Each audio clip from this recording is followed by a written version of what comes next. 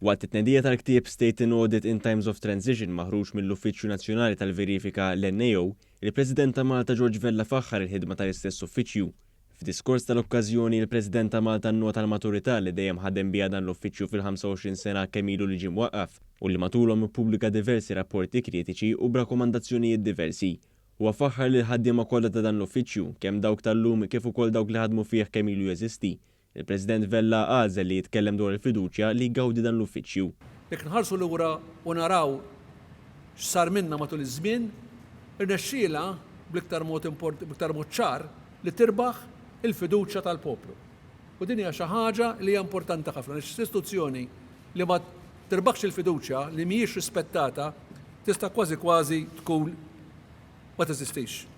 Il-President Vella żied jgħid ukoll li l-Uffiċċju Nazzjonali tal-Verifika huwa parti minn tranzizzjoni importanti li għaddej minnha pajjiżna u li fiha qed ikun katalist billi jibqa' dejjem jaddatta għall-isfidi li jinħolqu.